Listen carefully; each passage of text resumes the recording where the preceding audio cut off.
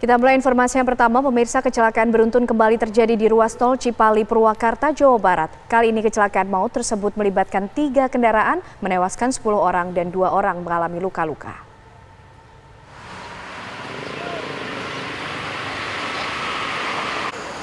Seperti inilah puing-puing serpihan kaca kendaraan pasca terjadi kecelakaan beruntun di ruas tol Cipali KM 78 Purwakarta, Jawa Barat. Di mana kendaraan truk trailer datang dari arah Cikampek menuju arah Cirebon mengalami kerusakan mesin di jalur lambat. Secara tiba-tiba dari arah belakang ada truk Fuso menabrak dan diikuti kendaraan travel yang juga menabrak bagian belakang hingga hancur. Dari data Polres Purwakarta, ada 10 orang tewas dalam kecelakaan ini, sedangkan 2 orang mengalami luka-luka dan hingga kini masih menjalani perawatan di Rumah Sakit Abdul Rajak Purwakarta. Kronologis kejadiannya yang diduga kendaraan truk trailer trouble rem berhenti, tidak ada usaha untuk ke pinggir, datang dari arah belakang kendaraan tronton yang membawa barang menabrak bagian belakangnya, dan di belakang tronton ada mobil minibus travel yang bawa penumpang, akhirnya menabrak mobil yang tronton. Itu berapa kendaraan, Bang? 3 yang terlibat kecelakaan, 3. Awal mulanya ya mobil trailer ya trouble rem. Seluruh korban adalah pengguna mobil travel dari arah Cikampek menuju Cirebon. Hingga kini Satlantas Polresta Purwakarta masih melakukan olah tempat kejadian perkara di tol Cipali KM 78 Purwakarta, Jawa Barat. Dari Purwakarta, Jawa Barat, Agung Prasetyo, TV One mengabarkan. Untuk mengetahui kondisi saat ini di lokasi, kami ajak Anda pemirsa bergabung dengan rekan kami reporter TV One Ardi Suratman.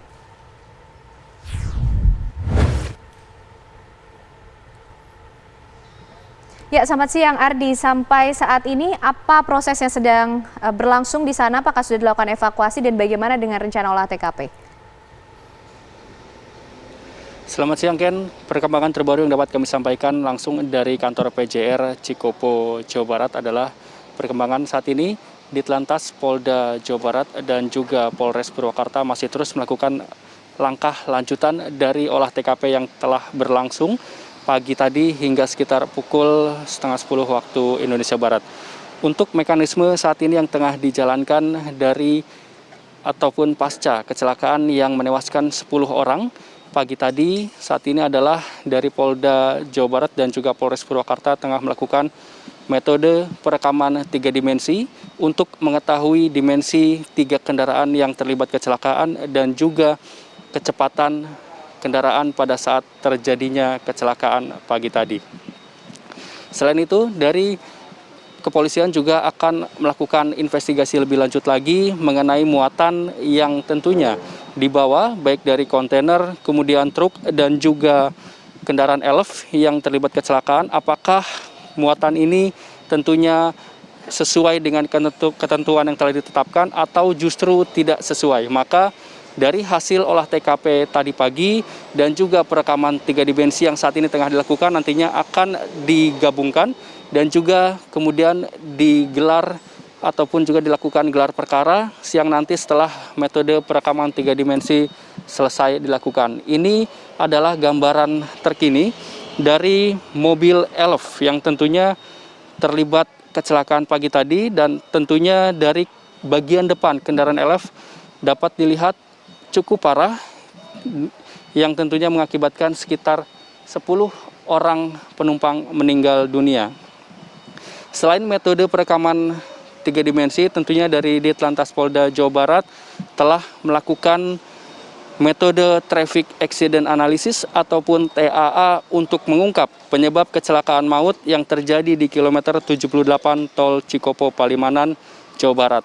Jadi untuk runtutan peristiwa yang terjadi pagi tadi ini disebabkan karena kontainer mengalami kendala dari segi pengereman, kemudian juga disusul dengan pengereman mendadak dari kendaraan nomor 2 yaitu truk, dan juga ada mobil ketiga, mobil elf ini yang melakukan ataupun juga menabrak mobil kedua sehingga mengakibatkan setidaknya 10 orang penumpang meninggal dunia. Saat ini 2 orang lainnya yang mengalami luka-luka tengah menjalani perawatan intensif di Rumah Sakit Abdul Razak Purwakarta, Jawa Barat. Dan nantinya sekitar 10 penumpang yang tewas akan mendapatkan santunan dari jasara harja sebesar 50 juta rupiah. Dan untuk 2 orang yang luka-luka nantinya akan mendapatkan bantuan perawatan medis sebesar 20 juta rupiah. Demikian Rizky dan juga Ken yang dapat kami sampaikan. Kembali ke Anda.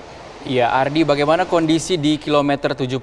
Apakah semua material bekas kecelakaan sudah diangkat dan bisa dilalui oleh masyarakat, oleh kendaraan kilometer 78 ini?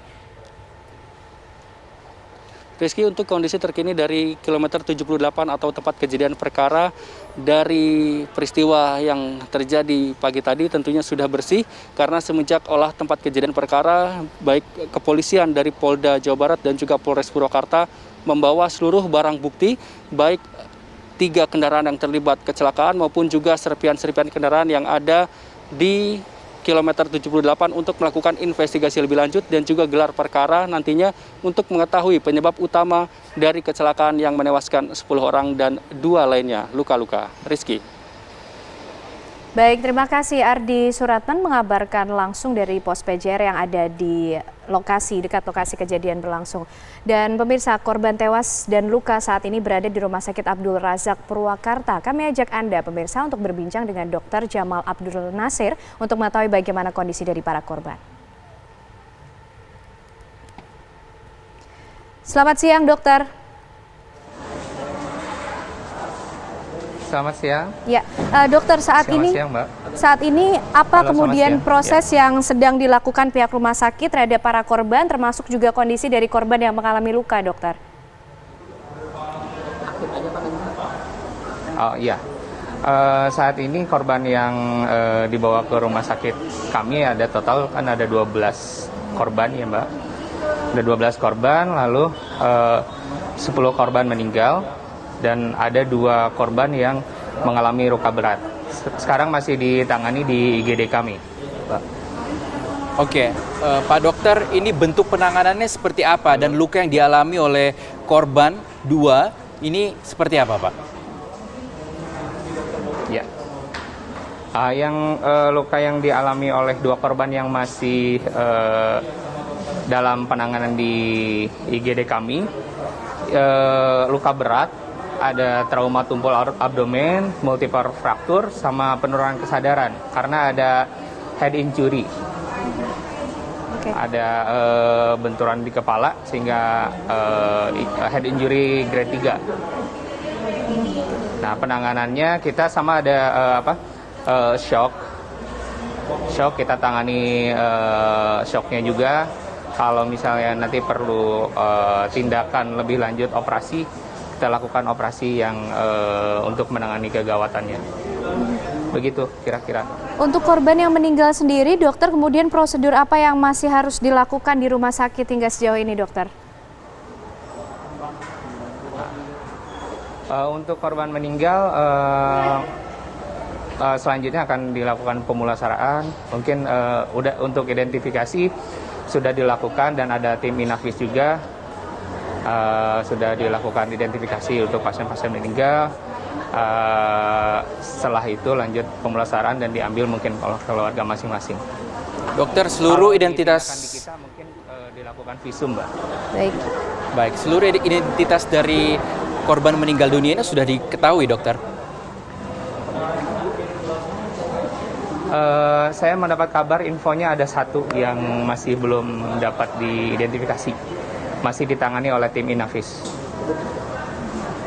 Lalu untuk penanganan dari korban yang luka ini, dokter, apakah memang tingkat luka yang dialami ini cukup berat atau seperti apa kalau tadi berdasarkan analisis yang sudah dilakukan oleh pihak rumah sakit? Iya. Ya, jadi untuk yang masih ditangani yaitu 1 Mr. X masih belum ada identitas, umur sekitar 28 tahunan. Dengan diagnosa penurunan kesadaran, trauma tumpul abdomen, dan brain injury grade 3. 1 lagi Tuan Topan, umur sekitar 20 tahun, dengan diagnosa multiple fracture di tibia fibula, di kaki dan di paha, femur kanannya, dan ada trauma tumpul abdomen juga. Jadi secara tingkat keparahan memang luka berat. terutama trauma tumpul abdomen yang bisa menyebabkan shock perdarahan. Baik, terima kasih Kita dokter. masih tangani kegawatannya dulu. Ya.